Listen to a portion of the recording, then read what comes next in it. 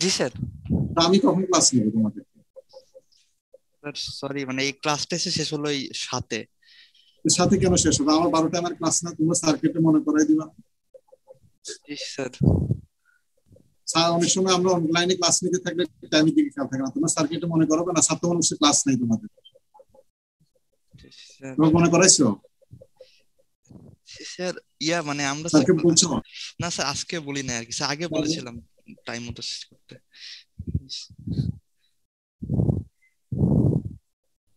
আমার তো আজকে ক্লাস নিতে ইচ্ছে করতেছে না তোমার। আমার একটা মেন্টাল প্রিপারেশন,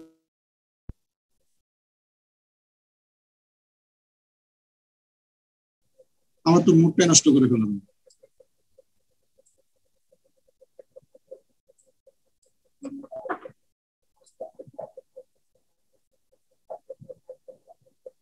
আমরা যখন অনলাইনে ক্লাস নিতে থাকি অনেক সময় তুমি তো আমার কাছে তো বলো, তোমরা মনে করে যে স্যার আমাদের পরে ক্লাস আছে, কেন অন্য ক্লাসে বলবা না? বলো নাই, তোমরা বলো না? আমারও অনেক সময় দেখা যায় খেয়াল থাকে না টাইমের প্রতি।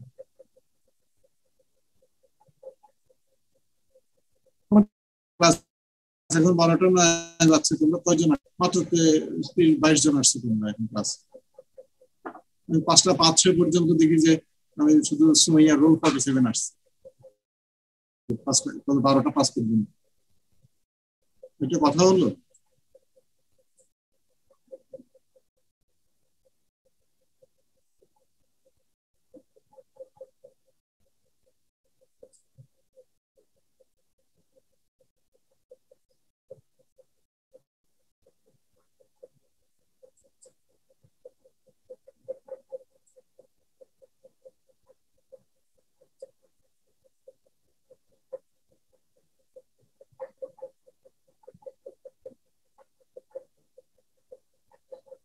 এটা তো তোমার দায়িত্ব ছিল, সিআর এর দায়িত্ব, এটা অন্যদের না।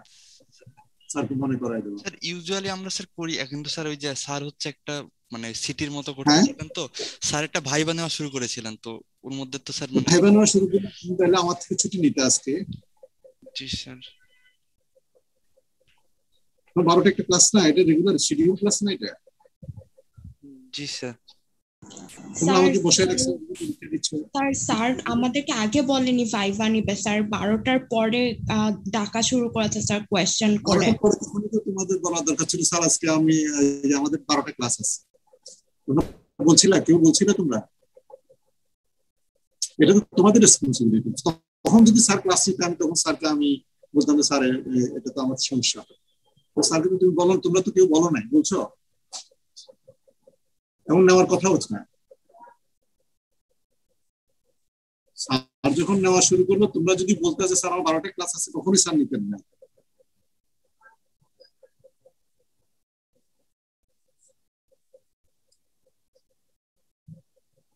সরি স্যার, আসলে আমরা ভেবেছিলাম সাথে সাথে শেষ হয়ে যাবে, কারণ এই ভাইবাটা স্যার অত বড় না, মানে জাস্ট স্যার একটা কোয়েশ্চেন করে হচ্ছে যে একজন অ্যান্সার দেয় তারপর শেষ হয়ে যায় স্যার। আমরা আসলে ভাবতে পারিনি এত সময় লেগে যাবে। জি স্যার, সরি স্যার।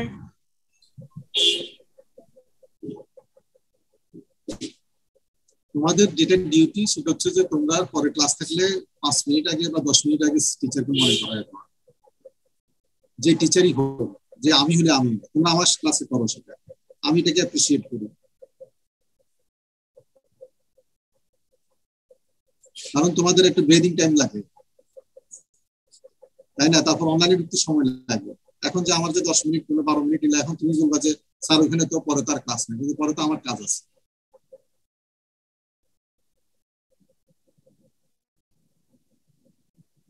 আমার কাজ আছে, নামাজ আছে।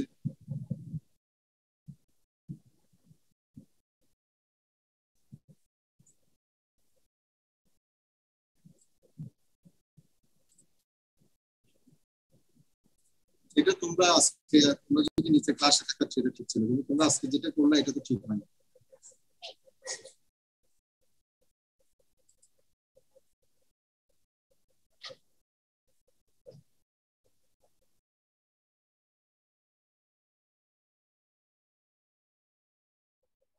আজকে তোমরা বলবো, আমি শুনবো। Recording in progress. পুরাটাই তোমরা বলবা, আমি কিছু বলবো না, আমি শুধু শুনতে থাকবো। ঠিক আছে স্যার, আমি রোল 1 স্টার্ট করি। না, তুমি পরে বলবা, অন্য কেউ বলবা। আমার আজকে কথা বলতে মন চাচ্ছে না।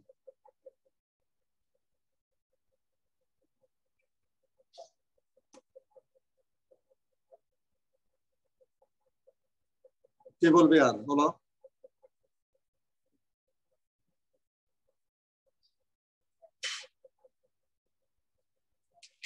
স্যার 4।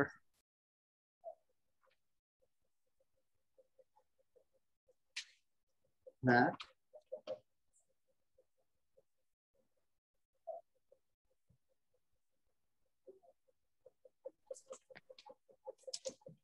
প্রবাবলি স্যার রোল 4 পড়লো। রোল 4।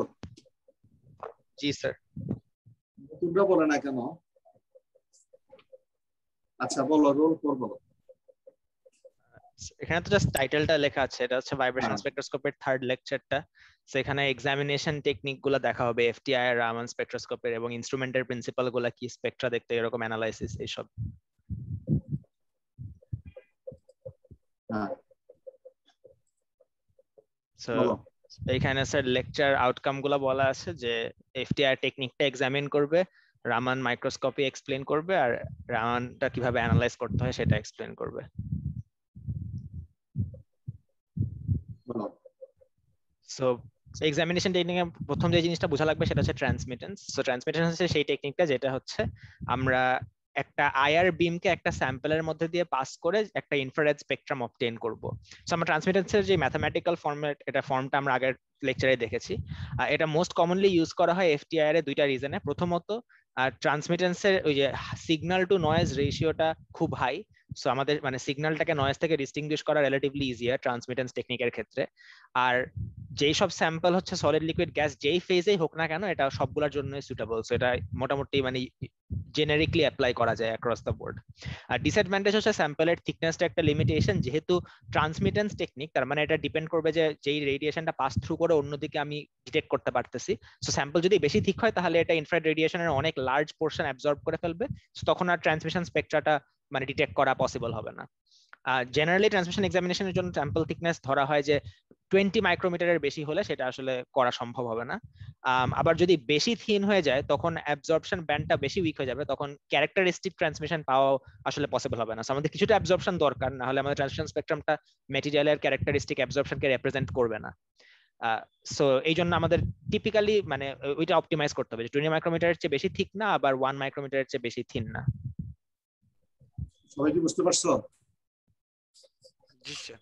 এই অন্যরা বলো, সবাই বুঝছো? জি স্যার। Yes sir. হ্যাঁ, কন্টিনিউ করো। তো সলিড স্যাম্পল কিভাবে প্রিপেয়ার করতে হয় সেটা এখানে এক্সপ্লেন করা হয়েছে। সো এটা দুইটা ফর্মে থাকতে পারে, থিন ফিল্ম অথবা পাউডার ফর্মে। আর থিন ফিল্ম স্যাম্পল গুলো typically polymeric material. So normally এটা হচ্ছে মানে ফিল্ম গুলাকে কাস্টিং করে পলিমার সলিউশন থেকে কাস্টিং করে ইউজ করা হয় যখন থিন ফিল্ম দিয়ে ট্রান্সমিশন মানে স্পেকট্রাম তৈরি করা হয়। আর পাউডার স্যাম্পল গুলো তৈরি করা হয় হচ্ছে সলিডকে গ্রাইন্ড করে পাউডার ফর্ম করে, তারপরে হচ্ছে এটাকে পাউডারটাকে ডাইলিউট করা হয় কিছু ইনফ্রারেড ইনার্ট ম্যাট্রিক্স মেটেরিয়াল দিয়ে। ইনফ্রারেড ইনার্টটা নিয়ে আমি একেবারে শিওর না কেন এটা করে, এটা তো পরের দিকে এক্সপ্লেন করা আছে। দুইটা টিপিক্যাল মেথড আছে পাউডার স্যাম্পল প্রিপেয়ার করার, একটা হচ্ছে কেবিআর পেলেট আর একটা হচ্ছে মাল দিয়ে। আচ্ছা, এটা হচ্ছে সলিড স্যাম্পলের ক্ষেত্রে, থিন ফিল্ম আর পাউডার। আর লিকুইড আর গ্যাস স্যাম্পলের ক্ষেত্রে এদের অতটা প্রিপারেশন দরকার হয় না, কিন্তু এদেরকে কন্টেইন করার জন্য কিছু স্পেশাল সেল দরকার হয়।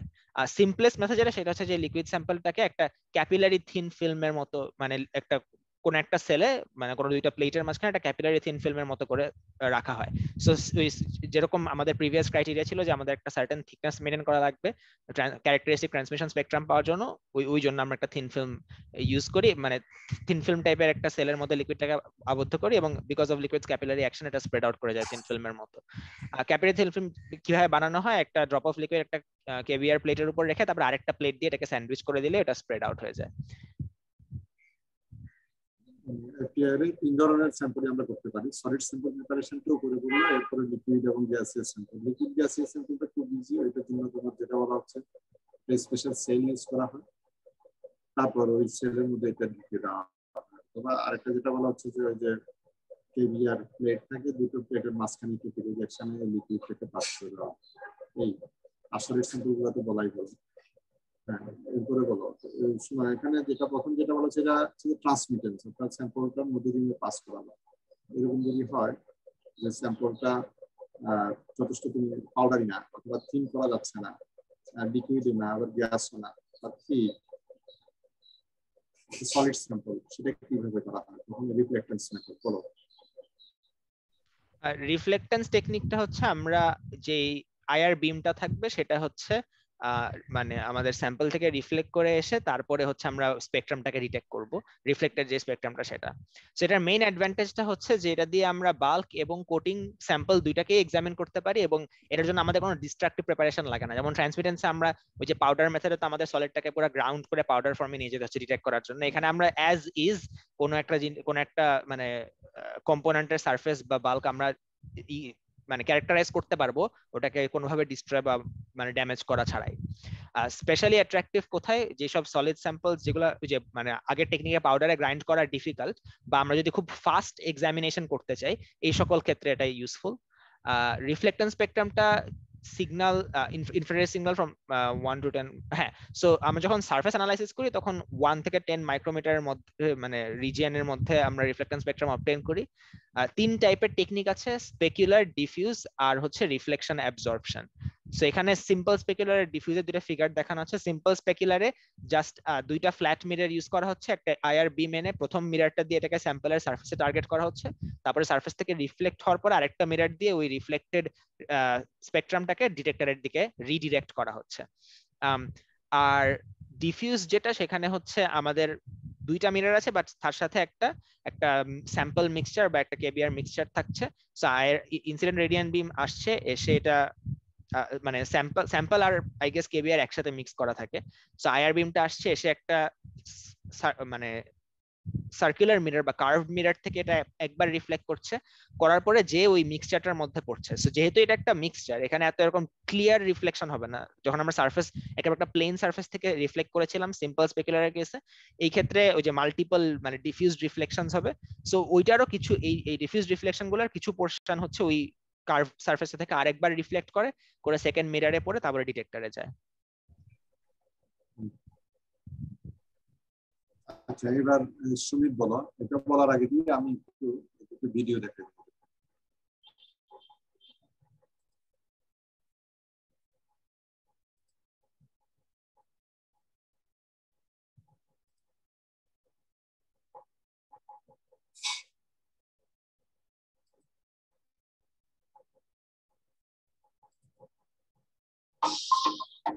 তুমি দেখতে পাচ্ছ? সাউন্ড পাচ্ছ নাকি? সাউন্ড পাচ্ছি কিন্তু স্যার ভিডিও দেখতে পাচ্ছি না। তোমরা কি সাউন্ড পাচ্ছ? সাউন্ড দেখতে পাচ্ছি, পাচ্ছ? দেখতে পাচ্ছ? সাউন্ড পাচ্ছি বাট দেখতে পাচ্ছি না। দেখতে পাচ্ছ না? না স্যার। না স্যার।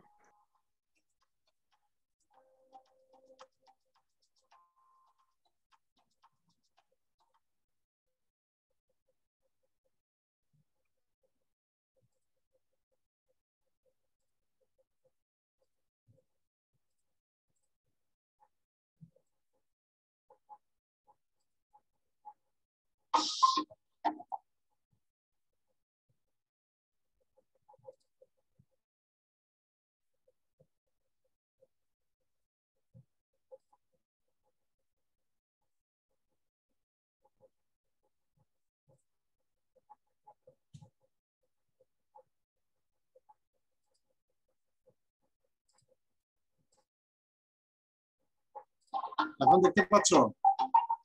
Yes sir. হ্যাঁ, ইয়েস স্যার। সাউন্ড পাচ্ছ? জি স্যার।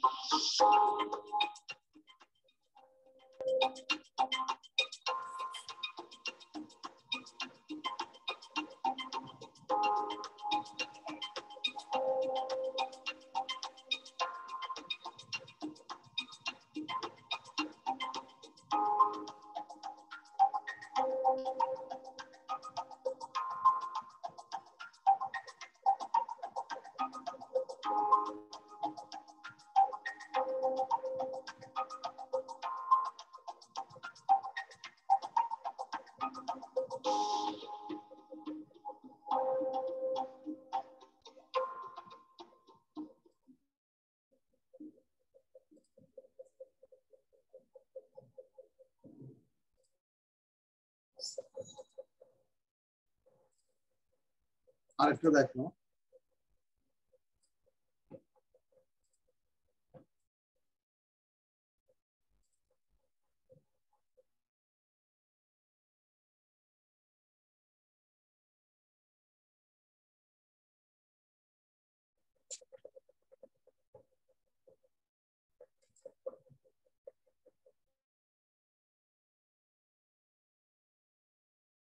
দেখতে পাচ্ছ?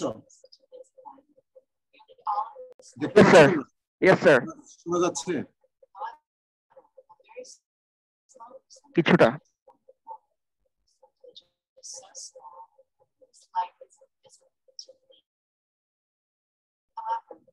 খুব ক্লিয়ারলি শোনা যাচ্ছে না।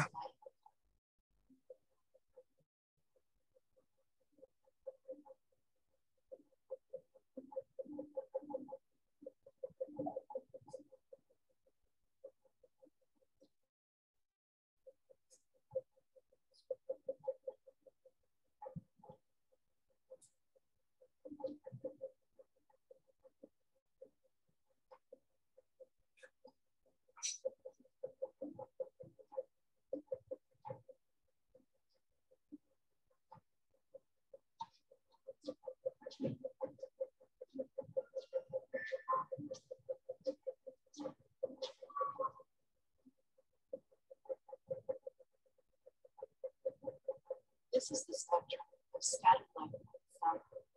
Because we are using a 532 nanometer excitation wavelength, we can detect both strong Rayleigh scattered light at 530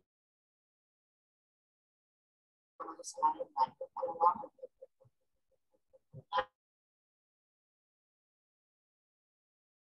Therefore, at first, a strong green light is observed, while the scattered light is too weak. Next, by using the filter, Rayleigh scattered light at 500. Now, the Raman scattered light needed at a longer wavelength is visible. This is the Raman spectrum of water. Using an excitation wavelength of 532 nanometers, the Raman peak of water appears about 650 nanometers. The wavelength of color red. It's visible as red light. Horizontal axis of a Raman spectrum is indicated by wavelength, not wavelength. By using wavelength, we see the Raman spectrum of water independent of the excitation wavelength.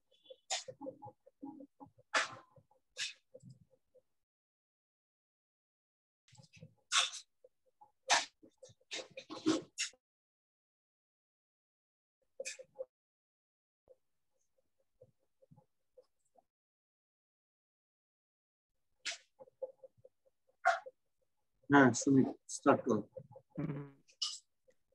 তো আমার কথা শোনা যাচ্ছে sir? Hello sir, আমার কথা শোনা যাচ্ছে? ঠিক আছে, নাও। এখন শুনতে পাচ্ছেন স্যার? হ্যাঁ হ্যাঁ, শোনা যাচ্ছে। হ্যাঁ, শোনা যাচ্ছে, বলো। রমান মাইক্রোস্কোপি দিয়ে আমরা ম্যাটেরিয়ালের মাইক্রোস্কোপিক এরিয়া এক্সামিন করতে পারি, কেননা লেজারটা কি আমরা মাইক্রোমিটার লেভেলে ফোকাস করতে পারি। এর জন্য আমাদের খুব একটা স্যাম্পল প্রিপারেশনের দরকার পড়ে না। এই টেকনিকটাকে রমন মাইক্রোস্পেকট্রোস্কোপি বলাই বেশি ঠিক, কেননা এটা মাইক্রোস্কোপি টাইপ না যে আমরা এটাকে ইমেজিং এর মতো ব্যবহার করছি, বরং এফটিআর এর যে স্পেকট্রোস্কোপি ইউজ করা হয় সেই স্পেকট্রোস্কোপির মতোই এখানেও আমরা স্পেকট্রাম অ্যানালাইসিস করছি। তবে রমন আর এফটিআর এর একটা বড় ডিফারেন্স এই মাইক্রোস্পেকট্রোস্কোপিক লেভেলই হচ্ছে তাদের রেজলিউশন। রমন মাইক্রোস্কোপের রেজলিউশন এফটিআই মাইক্রোস্কোপের যে প্রায় প্রায় 1 order of magnitude of higher, অন্তত মানে মোটামুটি 10 গুণ ধরতে পারি। রমন মাইক্রোস্পেকট্রোস্কোপি অধিকাংশ স্পেকট্রোস্কোপির মতোই ডিসপারসিভ টাইপ। আগে আমরা এফটিআর এ দেখেছিলাম যে একটা স্যাম্পলের ভেতরে একবার লাইট পাস করে অনেকগুলো ওয়েভ নাম্বারের অ্যাবজর্বেন্স বা ট্রান্সমিটেড একসাথে পেয়ে যাওয়া যায়। কিন্তু রমন স্পেকট্রোমেট্রি যে কাজটা করতে হয় সেখানে প্রত্যেকটা ওয়েভ নাম্বারের জন্য স্পেকট্রামকে আলাদা ভাবে সেপারেটলি নিতে হয়। সবকটা ওয়েভ নাম্বার আমরা একসাথে টেস্ট করতে পারবো রমন মেথডে, ব্যাপারটা কিন্তু এরকম নয়। তাহলে রমন আর এফটিআর এর বেসিক ডিফারেন্সটা বলো দেখি সংক্ষেপে খুব। তাহলে রমন মেইনলি আমরা স্পেকট্রোস্কোপিতে ব্যবহার করি, এফটিআর এর ক্ষেত্রে এরকম কোনো নির্দেশনার কথা বলা নেই। রমনের ক্ষেত্রে স্পেশাল রেজলিউশন এফটিআর এর চেয়ে অনেক বেশি, আর রমন মাইক্রোস্কোপে আমরা ওয়েভলেংথগুলোকে 1 এট এ টাইম অ্যানালাইজ করি, এফটিআর এর মতো সবকটাকে একসাথে না। এই তিনটাই হচ্ছে মানে এখানে বেসিক ডিফারেন্স রমন মাইক্রোস্কোপ কথাটা বলা আছে। মাইক্রোস্কোপ দিয়ে আমরা ইমেজ করি, তাহলে রমন দিয়ে কি আমরা ইমেজ পাই? রমন দিয়ে এখানে ইমেজ পাওয়া যায় না। আচ্ছা, এই স্লাইডে যেটুকু বেসিক ডিফারেন্স ও যেটা বলছে যে এটা রেজোলিউশন ভালো, আর আরেকটা বেসিক ডিফারেন্স হচ্ছে যে এফটিআই এর আমরা একটা রেঞ্জ অফ ইনফ্রারেড পাঠাই, আর এখানে রেঞ্জ একটা মনোক্রোমেটিক একটা ওয়েভলেন্থ পাঠাইয়া আমরা ওই নিউক্লিয়ারকে এক্সাইট করি। এক্সাইট করার পরে ওখান থেকে তোমার রমন স্ক্যাটারিংটা হয়, রমন শিফট হয়, ওই শিফটগুলার ওয়েভ হয় যে সেগুলাকে ওয়েভ নিয়ে ওয়েভ নাম্বার হিসেবে এক্সপ্রেস করা হয় ম্যাটেরিয়ালি। তার মানে ওখানে যেরকম রেঞ্জ পাঠানো এর রেঞ্জ না, এখানে হচ্ছে যে কম একটা মনোক্রোমেটিক ওয়েভলেন্থের লেজারটাকে লেজার বলা হয়। নরমালি লেজার একটা পার্টিকুলার ওয়েভলেন্থের লেজার লাইট পাঠানো হয়, পাঠিয়ে এটাকে এক্সাইটেড করার পর যে স্ক্যাটারিং হয়, সেই স্ক্যাটারিংটা তোমরা দেখেছো ওই যে প্রথম ভিডিওতে, যে বিভিন্ন এখন ওখানে যে মলিকুল গুলা থাকবে ওই মলিকুল গুলা তাদের বন্ডিং এর উপর বিভিন্ন ধরনের স্ক্যাটারিং করবে। অর্থাৎ রমন শিফট বিভিন্ন ওয়েভ নাম্বার, ওই স্ক্যাটারিং যেটা হচ্ছে ওয়েভ, সেই স্ক্যাটারিং ওয়েভটাকেই কাউন্ট করা হচ্ছে, কাউন্ট করে রমন শিফটের হিসেবে ওয়েভ নাম্বার হিসেবে দেওয়া হচ্ছে। বলো এরপর একটা বলো, এটা বলো।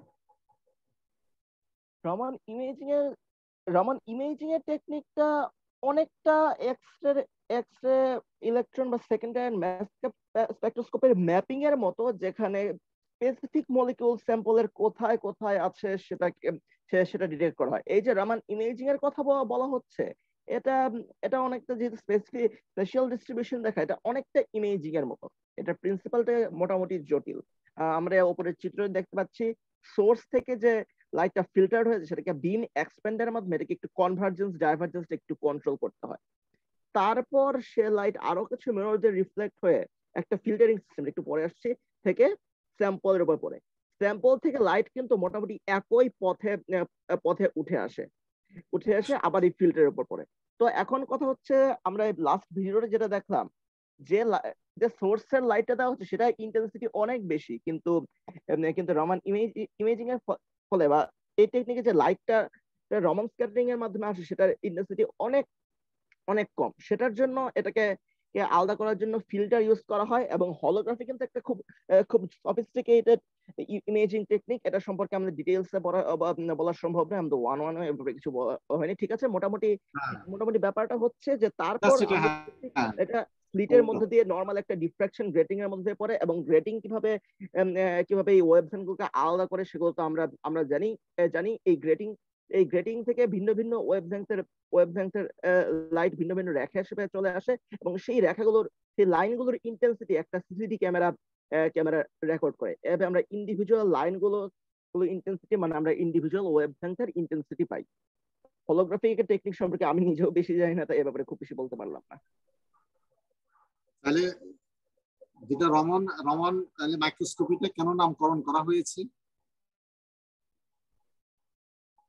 কেননা এটাকে মাইক্রোস্কোপি এক সেন্সে বলা যেতে পারে যে কোন কোন জায়গায় কোন কোন এলিমেন্ট, কোন কোন কম্পাউন্ড পাওয়া গেছে, সেগুলো দিয়ে আমরা একটা এলিমেন্টের ডিস্ট্রিবিউশন ম্যাপ টাইপ কিছু একটা করতে পারি। সুতরাং কম্পোজিশনাল ইমেজ যেহেতু তৈরি করা যায়, সেই সেন্সে এটাকে ইমেজিং বলা চলে। এখানে আচ্ছা, আমরা এই যে রমন ইমেজিং বলতেছি, রমন ইমেজিং এর জন্য এটাকে মাইক্রোস্কোপ বলা হচ্ছে। নর্মাল মাইক্রোস্কোপে ইমেজ আসে, কিন্তু এখানে ইমেজ আসবে না। তারপরে ইমেজিং কেন বলা হচ্ছে, যে আমরা দেখছি নর্মাল ইডিএস অ্যানালাইসিস করে ইডিএস এর মাধ্যমে, অজের মাধ্যমে, এক্সপিএস এর মাধ্যমে আমরা ইমেজ, কম্পোজিশনাল ইমেজ নিয়ে আসি। আমাদের খেয়াল করছে এটা? ওইটা একটা ইমেজ, কিন্তু কম্পোজিশনাল ইমেজ, টোপোগ্রাফিক্যাল ইমেজ না। রমনের যেটা হচ্ছে যে কম্পোজিশনাল ইমেজটা আনা যায়। এই জন্য ওয়ান সেন্স এটাকে বলা হয় মাইক্রোস্কোপ বলা হয়, রমন মাইক্রোস্কোপ বলা হয়। কারণ এখানে তুমি কম্পোজিশনাল ইমেজ, কিন্তু টোপোগ্রাফিক্যাল ইমেজ এখানে পাওয়া যাবে না। ওই যে ইয়ার মতো ইডিএস মাইক্রোস্কোপ, ইলেকট্রন মাইক্রোস্কোপ, তারপর হচ্ছে যে অজে মতো এরকম তুমি কম্পোজিশনাল ম্যাপ পাবা, এক্সপিএস এর মতো কম্পোজিশনাল ম্যাপ পাবা। কিন্তু এফটিআর একটি ম্যাপ পাওয়া সম্ভব? এফটিআর এ কম্পোজিশন ম্যাপ পাওয়া এটা বেশ ডিফিকাল্ট। যদি স্যার লিকুইড স্যাম্পল হয় তাহলে তো এটা প্রশ্ন ওঠে না। আর যদি সলিড স্যাম্পল হয় তাহলে সলিডের বিভিন্ন রিজিয়ন দিয়ে ইনফ্রারেড কে পাস করিয়ে করিয়ে হয়তো সম্ভব হতে পারে, কিন্তু সেটা প্রিন্সিপাল সম্পর্কে আমাদের খুব বেশি জানানো হয়নি। মানে কম্পোজিশনাল ইমেজিং হয়তো সম্ভব, কিন্তু ডিফিকাল্ট হবে। বলা হচ্ছে লিটারেচার যেটা বলে এফটিআর কম্পোজিশনাল ম্যাপ, কারণ তুমি একই রেঞ্জের একটা বিম, বড় একটা বিম পুরা স্যাম্পলের উপর দিয়ে যাচ্ছে, কিন্তু হচ্ছে যে একটা মনোক্রোমেটিক, তোমার যেরকম ইলেকট্রন গানের মতো করে একটা বিম যাচ্ছে, এখানে কন্ট্রোল ওয়েতে তুমি একটা বিম পাঠাতে পারো, একটা মাইক্রোস্কোপিক এরিয়া পারো, অর্থাৎ এই বিমটাকে তুমি স্ক্যান করাইতে পারো, মুভ করাইতে পারো। কিন্তু এটা সিঙ্গেল একটা বিম এবং মনোক্রোমেটিক ওয়েভলেন্থে। আর ওখানে হচ্ছে যে রেঞ্জ অফ ওয়েভলেন্থ যাচ্ছে, এবং মোটা একটা বিম, টর্চের বিমের মতো ওখানে যাচ্ছে, যে পাস করে যাচ্ছে ইনস্ট্যান্টেনিয়াস, মানে একসাথে। কথা ঠিক বুঝছো? ওই জন্য এই ইমেজটা আসা বলা হচ্ছে লিটারেচার মধ্যে হয় না, কিন্তু রমণে হয়। হ্যাঁ, এরপরে অ্যাপ্লিকেশনটা বলো। তো এটা সিরামিক এবং পলিমার ম্যাটেরিয়ালের জন্য এটা ইউজ করা হয়। মেটালের জন্য কেন ইউজ করা হয় সেটা আগেই বলা হয়েছে। তো এটার অ্যাট্রাকটিভ হওয়ার আরো একটা কারণ হচ্ছে এটা 1 মাইক্রোমিটারের মোটামুটি কাছাকাছি ডায়ামিটার মাইক্রোস্কোপিক এরিয়া চেক করতে পারে, এবং এটা ম্যাটেরিয়ালস ক্যারেক্টারাইজেশনের অনেক কাজেই ব্যবহার করা হয়। যেমন polymorphic solder phase identification, polymer identification, composition determination, residual strain বের করা, এমনকি ক্রিস্টালোগ্রাফিক ওরিয়েন্টেশন পর্যন্ত বের করা। যদিও 5 নম্বর পয়েন্টের ব্যাপারে আমার একটু সন্দেহ আছে, মানে এটা টেকনিকটাতে নেই। তো এইগুলোই আর কি হচ্ছে রমন স্পেকট্রোস্কোপিক ইউজ। মানে এটা দেখো অনেকগুলো জিনিস এই রমন দিয়ে করা হয়। আমাদের একটা রমন থাকলে তো ভালো হতো, তাই না? জি স্যার, অনেক ভালো, অনেক ভালো হতো। আমাদের এই টেকনিকটা যদি থাকতো তবে হ্যাঁ আমাদের অনেক সুবিধাই হতো। দেখি আমরা এটা আমাদের বিভিন্ন এখন ইউনিভার্সিটি বিভিন্ন ডিপার্টমেন্টের বিভিন্ন শর্ট টার্ম, মিড টার্ম বিভিন্ন ডিভিশন জানতে চাচ্ছে, তো সেখানে এটা অ্যাড করা যায় কিনা আমি খেয়াল করো না, অ্যাড করছি কিনা আমরা। এখন যে স্যার ক্রিস্টালোগ্রাফিটাও আবার রেসিডুয়াল স্ট্রেনটাও পাওয়া যাচ্ছে, সুতরাং স্যার সুতরাং এখান দিয়ে আমরা এক্সআরডির মতো কাজ হবে। ঠিক আছে, এখন আমরা এই দুটো চার্ট দেখি। তো প্রথম চার্টে উদাহরণ রয়েছে বেশ কিছু পলিমরফিক ম্যাটেরিয়ালস, যেমন সিলিকন নাইট্রাইড, বোরন নাইট্রাইড, সিলিকনিয়াম oxide, carbon. Silicon nitride alpha ফেজে থাকলে যে ব্যান্ড গুলো দেবে, বিটা ফেজে থাকলে অন্য ব্যান্ড দেবে। তেমনি বোরন নাইট্রাইড কিউবিকে দেয় এক ধরনের ব্যান্ড, ধরি 1055 পার সেন্টিমিটারে, আর হেক্সাগনে থাকলে দেয় 1367 সেন্টিমিটারে। সেমলি আমরা জিরকনিয়ার মনোক্লিনিকাল টেট্রাগোনাল, কার্বনের ডায়মন্ড আর গ্রাফাইট, এগুলোর মধ্যেও ব্যান্ডের ডিফারেন্স রয়েছে কারণ তাদের মলিকুলার স্ট্রাকচারটাই ডিফারেন্ট। যেমন কার্বনের ডায়মন্ডে থাকে sp3, গ্রাফাইটে থাকে sp2, এজন্য এদের ভাইব্রেশনটাও মোটামুটি ডিফারেন্ট হয়। এই যে 4 নাম্বার কার্বনটার কথা বললাম, এটার উপরেই আমাদের নিচের স্লাইডটা। তো এখানে আমরা কার্বনের স্ট্রাকচার গুলোর ছবি দেখতে পাচ্ছি, এ বি সি ডি। এখানে পিক গুলো কিন্তু একটার পাশে আরেকটা দেখানো হয়েছে এই জন্য যে একটার উপর আরেকটা বসালে এগুলো এমন ভেগ হয়ে যেত যে আমরা ঠিক বুঝতেই পারতাম না। এক নম্বরে দেখাচ্ছে মোটামুটি 1600 থেকে একটা শার্প পিক পাওয়া যাচ্ছে, এটা খুব হাইলি ওরিয়েন্টেড গ্রাফাইটের। বিতেও সেই পিকটা আছে, কিন্তু সেই পিকটা মোটামুটি ছোট হয়ে গেছে, এবং মোটামুটি আমরা কত যে মোটামুটি 1350 দিকে আরেকটা পিক দেখতে পাচ্ছি, কেননা বি নাম্বারটাতে গ্রাফাইটই আছে কিন্তু সেটা পলিক্রিস্টালাইন হয়ে গেছে। সি নাম্বারে যখন দেখবো যে এটা অ্যামরফাস কার্বনের কনভার্টেড হয়ে গেছে, তখন তখন এই র্যান্ডমনেস এর পিকটা যেটা মোটামুটি 1350 দিকে, সেই পিকটা আরো উঁচু হয়ে গেছে। আর সি নাম্বারে যে গ্রাফাইটে যে শার্প পিক ছিল সেটা আরো নিচু হয়ে গেছে। এবং ডি নাম্বারে এটা হচ্ছে কার্বনের স্ট্রাকচার অনেকটা ডায়মন্ডের মতো, ওই sp3 টাইপ স্ট্রাকচার হয়ে গেছে, এটা গ্রাফাইটের sp2 নেই। এজন্য আমরা দেখতে পাচ্ছি যে এ নাম্বারে যে শার্প পিকটা ছিল সেই পিকটি একটু শিফট হয়ে গিয়ে অনেক বেশি ব্রড হয়ে গেছে। আর আর যে 1300 দিকে পিক, ওই পিকটাও একটু ব্রড হয়ে গেছে, কিন্তু আমরা ওই তিনটা স্পেকট্রাম মানে এ বি সি তিনটা স্পেকট্রামের দিকে আমরা 1200 দিকে দেখতাম যে যেমন শার্পলি প্রায় জিরোর কাছাকাছি ইন্টেন্সিটি চলে এসে, ডি এর ক্ষেত্রে কিন্তু ইন্টেন্সিটিটা ওখানে এতটা ড্রপ করেনি। প্রথম তিনটার মধ্যে একটু মিল পাওয়া যায়, কেননা মোটামুটি অ্যামরফাস কার্বন এবং গ্রাফাইট টাইপ, কিন্তু ডি নাম্বারটা ডায়মন্ড লাইক স্ট্রাকচার হয়, বাকি তিনটার চেয়ে ডি নাম্বারের স্ট্রাকচারটাই ভিন্ন রকম। ফলে আমরা দেখা যাচ্ছে যে আমরা স্ট্রাকচারের এই ডিফারেন্সটা আমরা মোটামুটি এর রমান ফ্যাক্টর থেকে গেস করতে পারি। হ্যাঁ, মানে দেখো এক কার্বনের চারটা পজিশনের জন্য তোমার ওয়েভ নাম্বার চেঞ্জ হয়ে যাচ্ছে, এবং এগুলো ক্যারেক্টারিস্টিক্স এক একটা ফেজে ডায়মন্ড লাইকের কোথায় হবে এটা ফিক্সড। আর এখানে তোমরা টেবিলে বোরন নাইট্রেট দেখতেছো, বোরন নাইট্রেট। আচ্ছা, আমাদের এই এখন পর্যন্ত কোন মেটেরিয়ালস সবচেয়ে হার্ডনেস নাম্বার সবচেয়ে বেশি? রেনিয়াম ডাইবোরাইট, এরপরে হ্যাঁ, রেনিয়াম ডাইবোরাইট, তারপর তারপর হচ্ছে কিউবিক বা হেক্সাগোনাল বোরন নাইট্রাইট। হ্যাঁ, মানে কিউবিক, হেক্সাগোনাল না, কিউবিক বোরন নাইট্রেটটা হার্ডনেস খুব বেশি আর কি হেক্সাগোনালের চাইতে। এবং এটা হার্ড কোটিং এর জন্য কোন একটা স্যাম্পলে বা কোন একটা কিছুর মধ্যে যদি হার্ড কোটিং দরকার হয়, থিন কোটিং, তখন ওই বোরন নাইট্রেটটা ইউজ করা হয়, বোরন নাইট্রেট কোটিং দেওয়া হয়। হ্যাঁ, এবার বলো, এটা বলো। এখন আমরা পলিমারের কথায় আসি। পলিমারে কিন্তু কার্বন, হাইড্রোজেন এবং অক্সিজেন তিনটে বিভিন্ন অনুপাতে রয়েছে। সুতরাং আমরা যদি এলিমেন্ট ওয়াইজ যদি চেক করতে চাইতাম ইডিএস ডাব্লিউডিএস এর মতো, তখন আমাদের খুব বড় রকমের ঝামেলায় পড়তে হতো, কিন্তু রমনের ক্ষেত্রে আমাদের এরকম কোনো ঝামেলায় পড়তে হয় না। এখানে মোটামুটি পাঁচ লেয়ারের একটা স্যান্ডউইচ স্ট্রাকচার দেখানো হয়েছে। এক নাম্বার এবং 5 নাম্বারের রয়েছে লেয়ারটা হচ্ছে পলিয়েস্টার দিয়ে তৈরি, তার ভেতরে 2 নাম্বার এবং 4 এবার এটা পলিথিন দিয়ে তৈরি, আর 3 নাম্বারটা জাস্ট কাগজ দিয়ে তৈরি। তো এখন আমরা দেখতে পাচ্ছি পলিস্টার, পলিথিন আর পেপার তিনটারই স্পেকট্রাম 3 রকমের। যদি রমন মাইক্রোস্কোপি ইচ্ছা করলে আমরা পয়েন্ট বাই পয়েন্ট ফোকাস করে ধরতে পারি, সুতরাং আমরা লেয়ার বাই লেয়ারের সাইড ওয়াইজ কিন্তু ফোকাস করে দেখতে পারি যে রমন স্পেকট্রাটা কিভাবে চেঞ্জ হচ্ছে। আমরা যদি অন্য কোনো টেকনিকে শুধু কার্বন, হাইড্রোজেন, অক্সিজেন আছে এটা জানতাম, তাহলে আমাদের বোঝার কোনো উপায় থাকতো না যে অ্যাকচুয়ালি এটা কোন ধরনের পলিমার এই কোন লেয়ারে আছে। কিন্তু এখন কিন্তু আমরা লেয়ার ওয়াইজ পলিমার গুলোকেও ডিটেক্ট করতে পারছি তাদের এই ক্যারেক্টারিস্টিক এই পিক গুলো থেকে। এটা হচ্ছে আমাদের একটা অনেক বড় সুবিধা। হ্যাঁ, এটা তো বুঝছো তোমরা। তাহলে জিনিসটা আগের গুলাই, যে এখানে তোমার পলিমারের টাইপ যেটা বলা হচ্ছে যে এটা আইডেন্টিফাই করা, লেয়ার বাই লেয়ার এখানে কতগুলো দেওয়া আছে, লেমিনেটেড পলিমার ফিল্ম দেওয়া আছে, এবং যে একটা লেজার বিম দিয়ে এটাকে এক্সাইটেড করা হবে, স্ক্যাটারিং করা হবে, এই যে স্পেকট্রা দিয়ে তখন এই যে একটা পলিস্টার, এটা পলিথিলিন, পেপার, কোন লেয়ারে কোনটা, এটা জিনিসটাকে আইডেন্টিফাই করতে হবে। হ্যাঁ, এরপর এটা বলো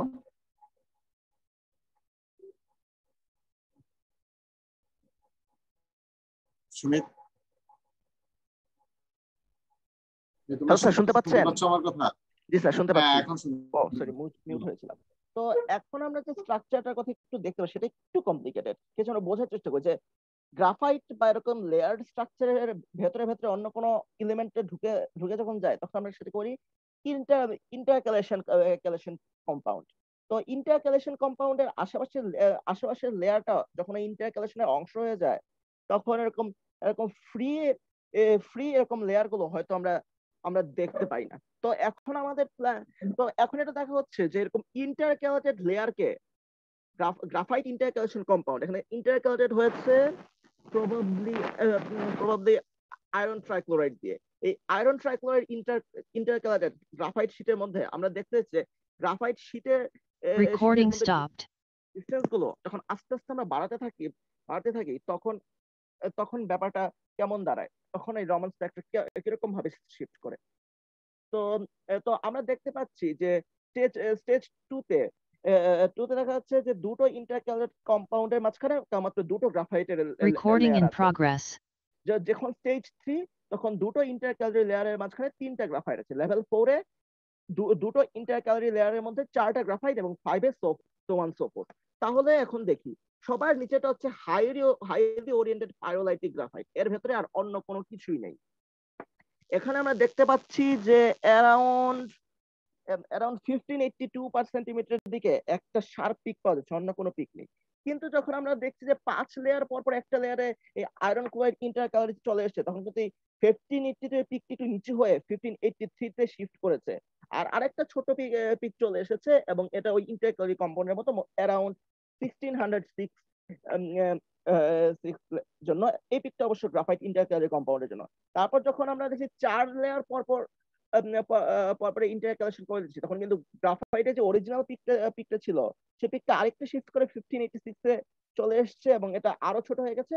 অন্যদিকে ইন্টারক্যালেশন কম্পাউন্ডের পিকটা আরো উঁচু হয়ে গেছে, এই কারণে যখন ইন্টারক্যালেশনের ডেনসিটি বেড়ে যাচ্ছে। স্টেপ 4 থেকে স্টেপ 3 তে গেলে আমরা দেখতে পাবো যে গ্রাফাইটের যে মেইন পিকটা ছিল সেই পিকটা আরো ছোট হয়ে গেছে এবং ইন্টারক্যালেশন কম্পাউন্ডের পিকটা আরো উঁচু হয়ে গেছে। ফাইনালি যখন স্টেজ 2 তে পৌঁছবো তখন আমরা দেখতে পাবো যে এমন কোনো গ্রাফাইটের শীট নেই যার দুই দিকেই গ্রাফাইট শীট রয়েছে। মানে আমরা ধরতে পারি যে এখানে আর ফ্রি গ্রাফাইটের শীট নেই। এখন যেহেতু ফ্রি গ্রাফাইটের শীট নেই, প্রতি 2 গ্রাফাইট শীট পরপরই একটা ইন্টারক্যালেশন লেয়ার, সেই ইন্টারক্যালেশন লেয়ারের পিকটাই শুধুমাত্র শার্পলি আছে আর গ্রাফাইটের পিকটা এখানে চলে নেই। এখানে গুরুত্বপূর্ণ ব্যাপার হলো যে এই ট্রানজিশনটা কিভাবে হচ্ছে, এই ট্রানজিশনটা কিন্তু আমরা অ্যাকচুয়ালি ট্র্যাক করতে পারছি রমন স্পেক্ট্রা দিয়ে। এটা বেশ ক্রিটিক্যাল।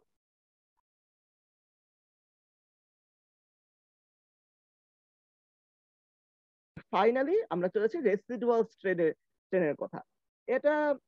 এটা রমন ব্যান্ডে ডিটেক্ট করা যায় এই জন্যই যে রেসিডুয়াল স্ট্রেন থাকলে মলিকিউলার বন্ড লেংথ কিন্তু কিছুটা হলেও চেঞ্জ হয় এবং কোয়ান্টাম মেকানিক্স থেকে এটা দেখা যায় যে এই মলিকিউলার ভাইব্রেশনাল ফ্রিকোয়েন্সি তার বন্ড লেংথের সাথে এক্সপোনেনশিয়ালি রিলেটেড।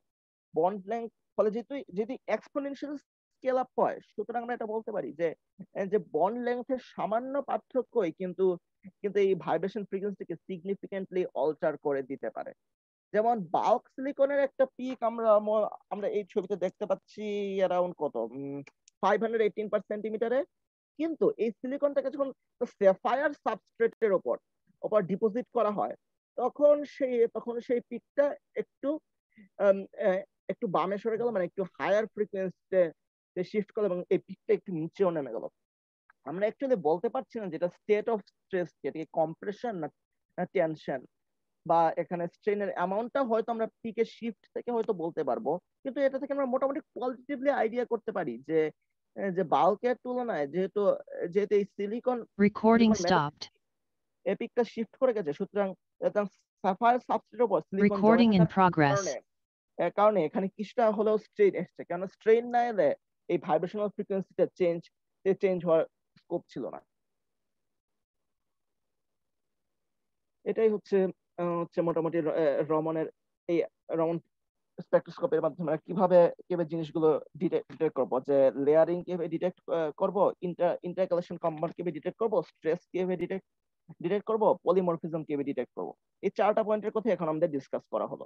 5 নাম্বার পয়েন্টটা এটা ক্রিস্টাল ওরিয়েন্টেশন, এটা আমি স্লাইডে পাইনি। এই আর কি স্যার। হ্যাঁ, মানে এখানে যেটা বলা হয় যে তোমার যদি স্ট্রেস রিলিফ অবস্থায় থাকে সিলিকনের এখানে থাকলো, আর যদি স্ট্রেস অবস্থা থাকে এটা কতটুকু হলো তার উপরে এই শিফটিংটা হয়। এটা এই শিফটিং এর সাথে স্ট্রেস ভ্যালুগুলো দেওয়া থাকে, কত ওয়েভ নাম্বার শিফট হলে কত স্ট্রেস হবে, তাহলে তুমি সেখান থেকে যে রেসিডুয়াল স্ট্রেন সেটা তুমি বিচার করে করতে পারবে। এই ঠিক আছে। অ্যাবসেন্ট কে স্যার একটু বলি। তোমাদের দেখা যাচ্ছে যে লাস্টের দিকে এসে অনেকে চলে আসে, এর আগ পর্যন্ত আমি দেখছি 30-31, এখন দিকে 41। বলো।